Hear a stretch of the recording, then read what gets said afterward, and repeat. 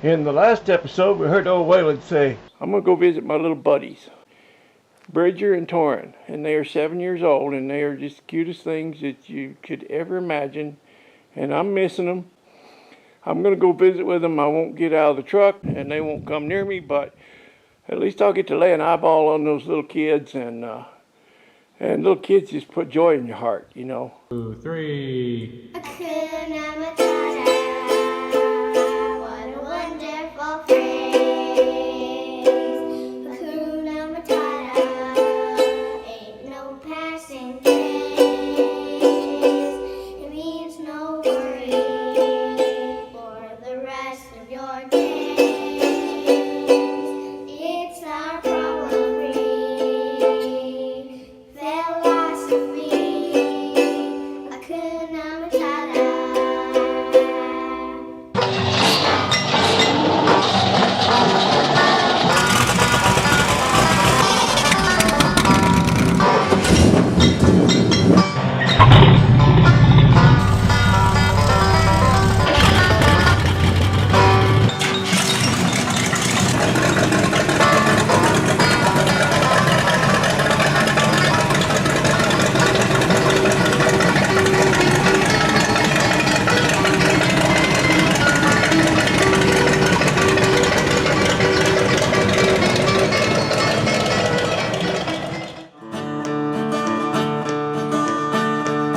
Well, who's the girl wearing nothing but a smile in the town, and the picture on the billboard in the field near the big old highway?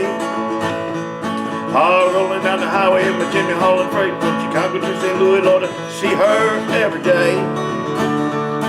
Well, a double-clutching weasel like me can hardly ever get a girl to look at him right away.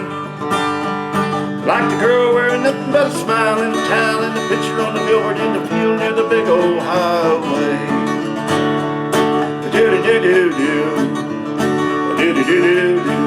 I can't get the chord changes right on that, and that's not really the key for me. Anyway, so yeah, that's probably about enough of that. 805 says enough of this. You know, this whole coronavirus thing, it's kind of starting to get, you know, getting depressing, you know. Not the staying at home part, that don't bother me. I perfected social distancing years ago. But it's just constant. It's just in the news every day, the same thing over and over. And you look at the worldometer. I think that's what it's called, worldometer or worldometer. One of the two, but it'll show you how many deaths every day, how many new cases every day in all the different states, and it's a lot, you know. And it just, boy, that old stuff just starts tugging on you and pulling you and just dragging you down, you know. And you got to do something to kind of keep your spirits up, you know, and something to keep you from getting drugged down in that old murky, muddy mire of negativity. And you know, there's things you can do. I see people on the internet doing some pretty cool things. There's some guys that are they're collaborating on music together, you know. Tex Willis, he had a buddy send him some music, play a song, and then he'd set up the laptop and sit there and play along with him. Well, he's playing a harmonica. He's a guitar player too. But anyway, that's kind of, you know, something fun. Collaborate on some music, long distance, and you know, for some people to kind of keep their spirits up and make them happy is hiking, walking, going for a hike, releases those endorphins, you know, and just turns everything loose and makes you happy. For some other people, it might be gardening. You know, gardening is wonderful therapy. You don't have to pay a shrink, and you get tomatoes. So, you know, that's a good deal. So there's various things that you can do. You know, different people, different strokes for different folks, as they say. It just depends on what you're into that you can do to kind of keep your spirits up there. And like I said, for some people it might be hiking, some people might be gardening, and then for some people It might be an old man acting like a 15-year-old kid, doing something just silly, off the wall, ridiculous, you know. I wonder what category I fall into.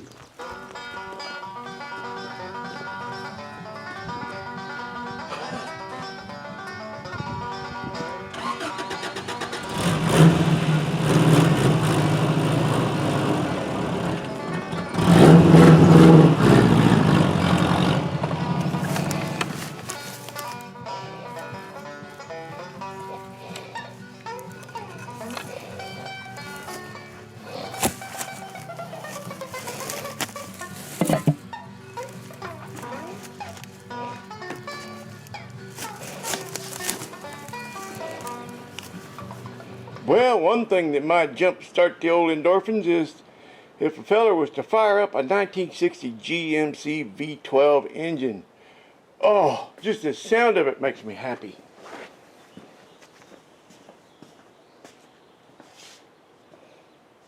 Fuel pump, ignition, contact.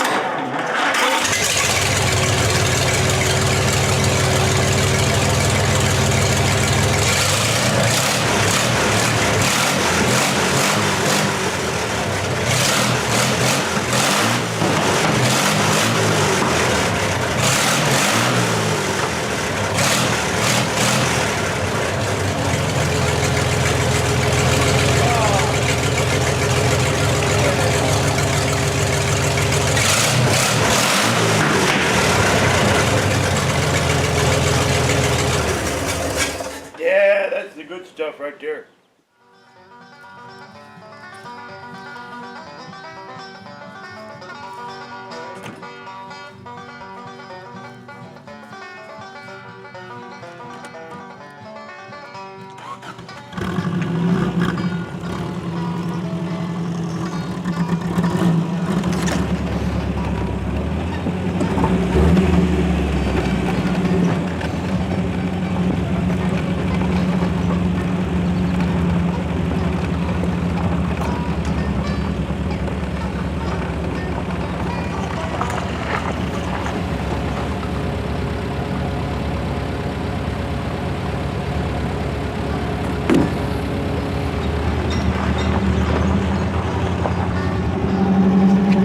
There's that stinking owl.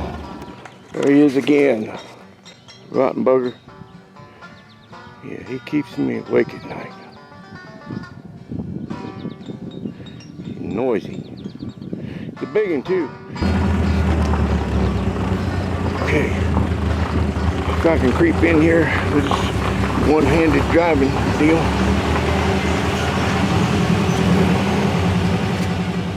Yep, it's broke.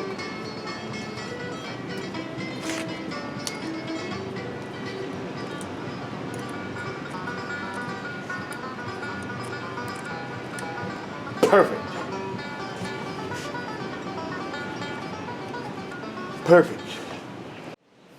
Now another thing that might kind of lighten the load a little bit and uplift the feller's spirits is to hear an old engine start. Maybe an old 1953 Chrysler Firepower Hemi.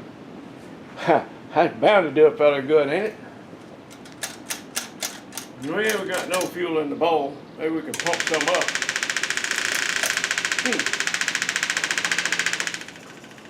That sounds more like it. The hose down there in the fuel. Oh, maybe it is. Yeah, it is. Alright, I see it now.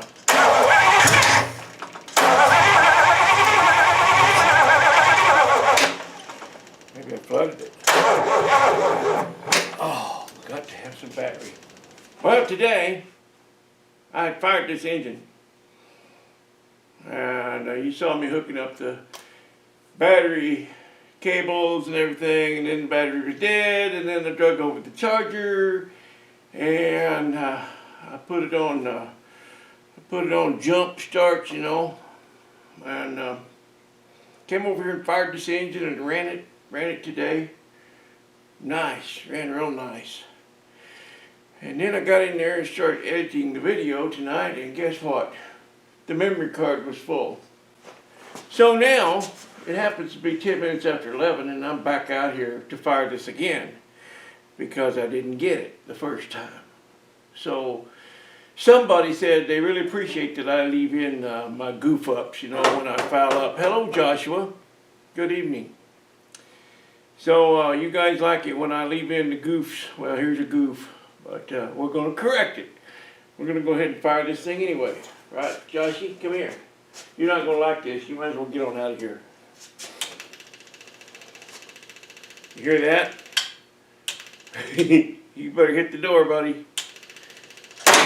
There you go. That's all it took. He's out of here. All right. Let's see. See what we got. Yeah, we're squirting fuel.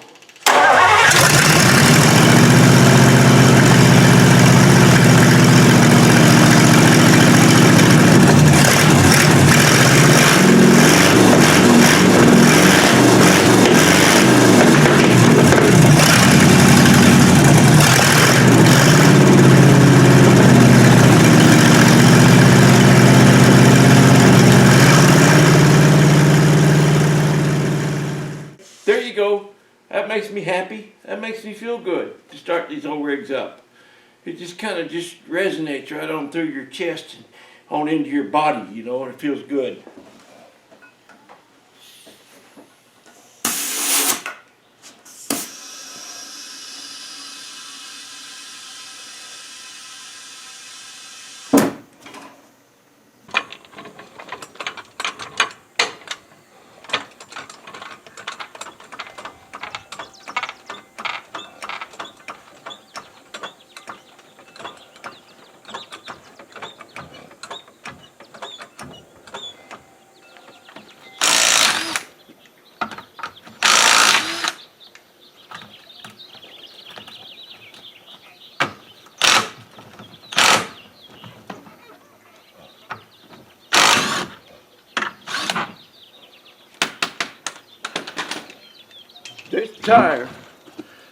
This tire has a slow leak.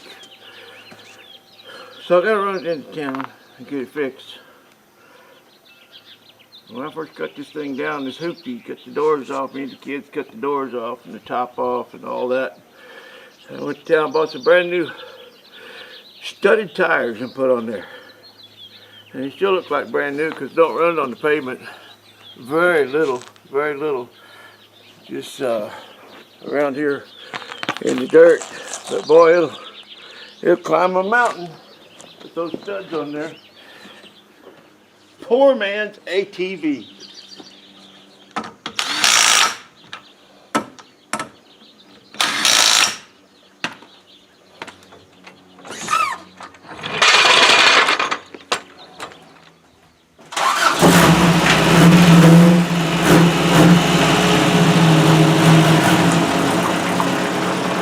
Well, another thing that might put a smile on a guy's face is if we went and cold started an old Chevy truck that's been sitting. It's not a cold start because of the temperature. It's a cold start because it's been sitting so long. It hadn't been started since back last summer sometime. Oh man, look at that, disgrace. Oh no, we can't have that. I gotta get this thing around and get it cleaned up. I can't do it tomorrow. This week I got some grafting jobs this week, but when I get done, I think this is going to have to go on kind of up near the priority list. I'll get this thing cleaned up and get it out and stretch its legs a little bit. Now, I haven't done anything to it. I did open the hood just to look to see if it had a battery in it, and it does. Whether it's charged or not, I do not know. But we're going to find out. It's not. It is not. Okay, well, we'll throw a charger on it. I got the jump box out there. Let's do that. Okay, let's throw a little juice to it. I got the jump box on it out there. Yeah, I need to drive this thing. You know, this truck has been restored bumper to bumper, and everything about it's good. I would not hesitate to get in this truck and strike out for New York or East Coast, anywhere I want to go in this thing, if it'll start.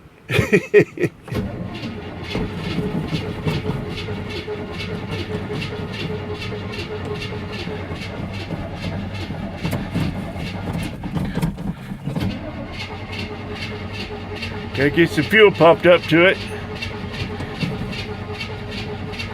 No fuel in the bowl. There we go.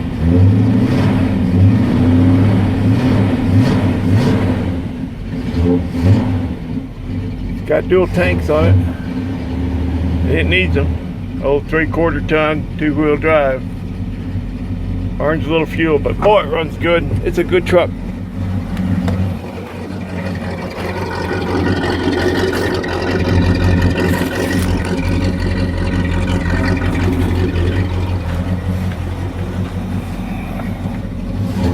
Yeah, I bought this truck in 1986. Just moves the baby's butt. Bought it 86, and I was driving to California at the time, working down there, doing a lot of contract grafting in the vineyards.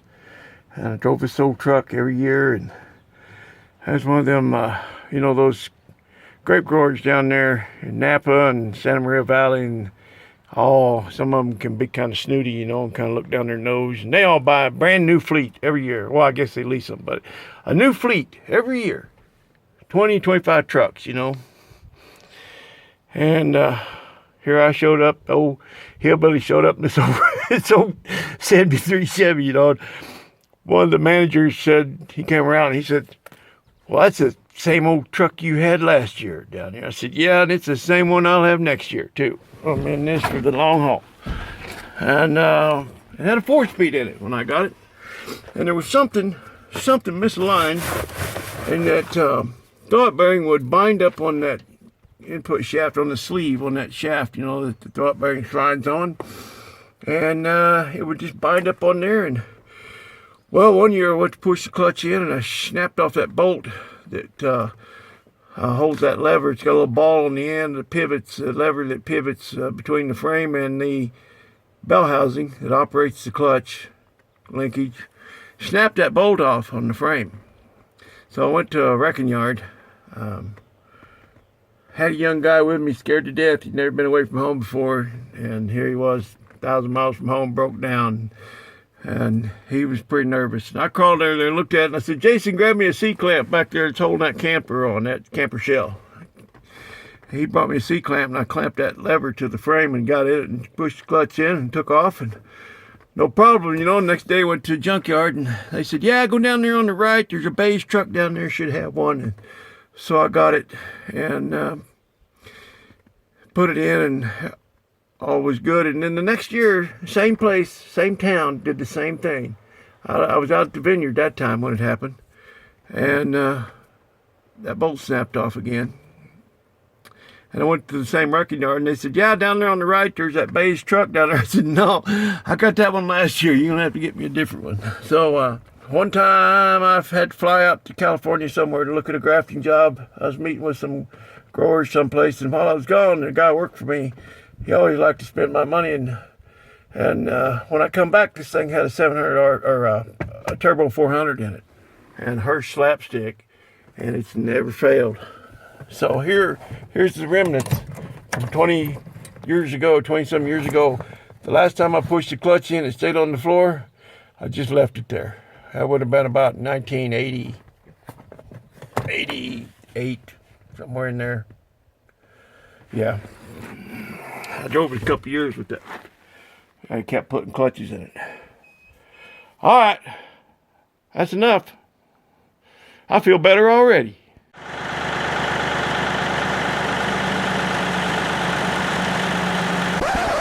Okay, Waylon, what was that you were saying earlier about an old man acting like a kid? It might be an old man acting like a 15-year-old kid.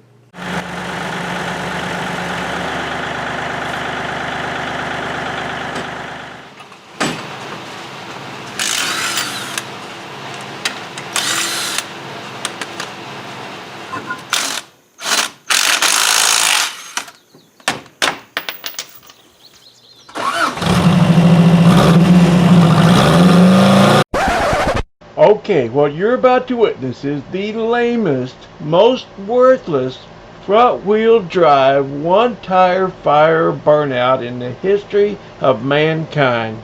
Look away, I'm hideous.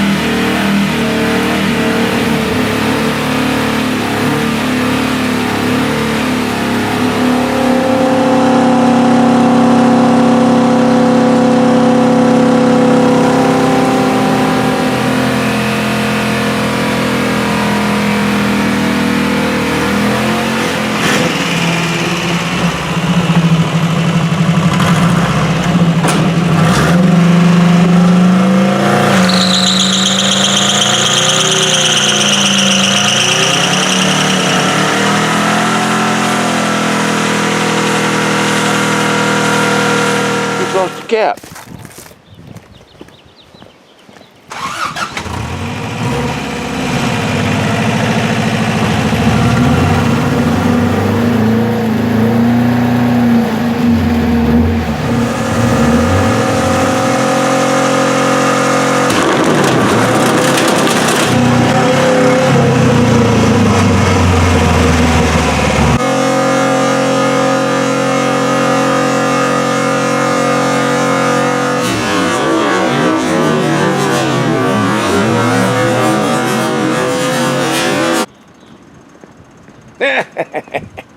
Finally. Acting like a 15-year-old kid.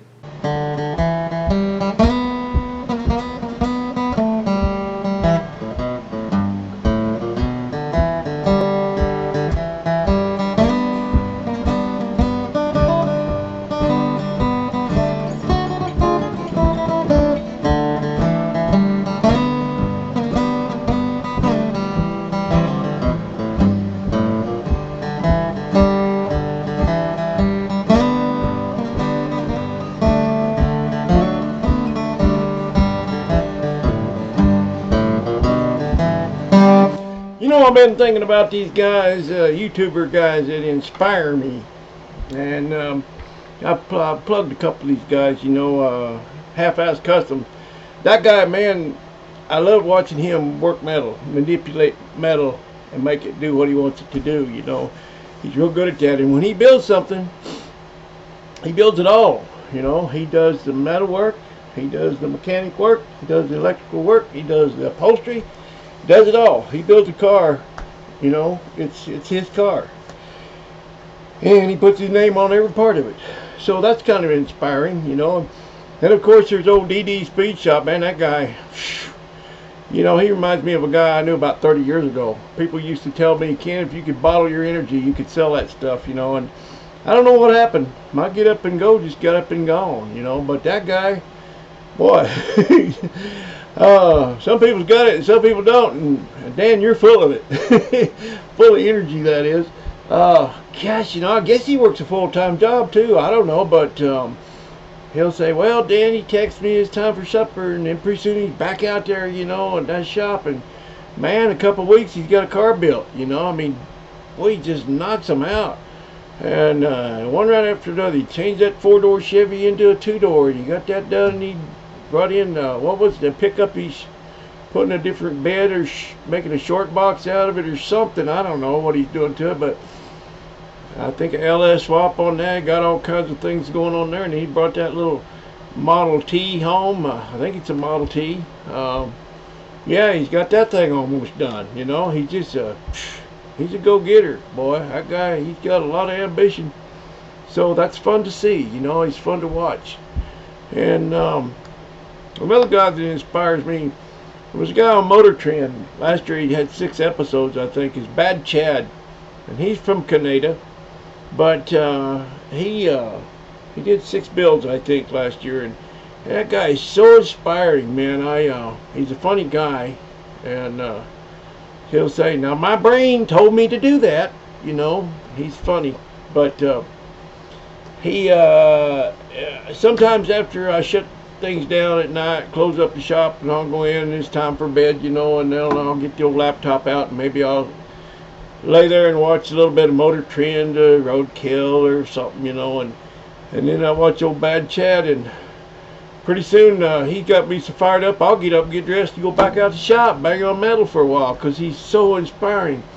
Watched him one time, he needed a special arc and a piece of rebar, and I would have never thought of this. He took it and whacked it on the floor a couple times, and he held it out, and it was just perfect. You know, I needed to follow like the back of the seat, body around behind the seat or something, some kind of arc, and I never would have done that. I'd have put it in a vise, and I'd have tried to bend it, and the bend would have been too tight, and it just, you know, wouldn't have worked out very good. I used to do a lot of metal art, and I've got a piece of pipe, 2-inch pipe welded on the end of my welding table about so long, and a big old washer down below that, and I could throw a piece of rebar in there, bend it around that pipe, and make some curls and stuff. But that guy, he just hit it on the floor, and it was just perfect, you know. So he's very inspiring. And then there's another guy, you know, I've been plugging these guys. There's new guys, kind of new to me anyway, but newer channels. There's another guy that's been around a long time, and man, he should have, I don't know why he don't have 20 times the subscribers that he does, because he's got good content, man. And some of you new guys, you know I've picked up a lot of new subscribers over the last 3 or 4 months. And if you guys don't know about him, I mean, he's well known, good friend of ours in the old community, YouTube community. Some of us old guys that got started about the same time, we all know about him. But if you newer guys don't know, man, go check out Chevaholic. I'll put a description right down here, right down here, to link to his channel. But he's got good content, you know. He's and he does work for other people. So in addition to his full-time job, he takes in outside work. So not only has his own projects, but he's rotating stuff in and out all the time. So you get to see new projects all the time, new stuff. And right now he's working on a belly tanker. He said he can get started on here in the next couple weeks. He's going to have it's a flathead belly tanker. Man, that's going to be cool. So go check out old Chevaholic and maybe hit that old subscribe button. And you know, I know about half the people that watch my channel are not subscribed, and I just don't know what to tell you. You know, I just don't know what to say other than, anyway, in spite of all that, boy, I sure appreciate you.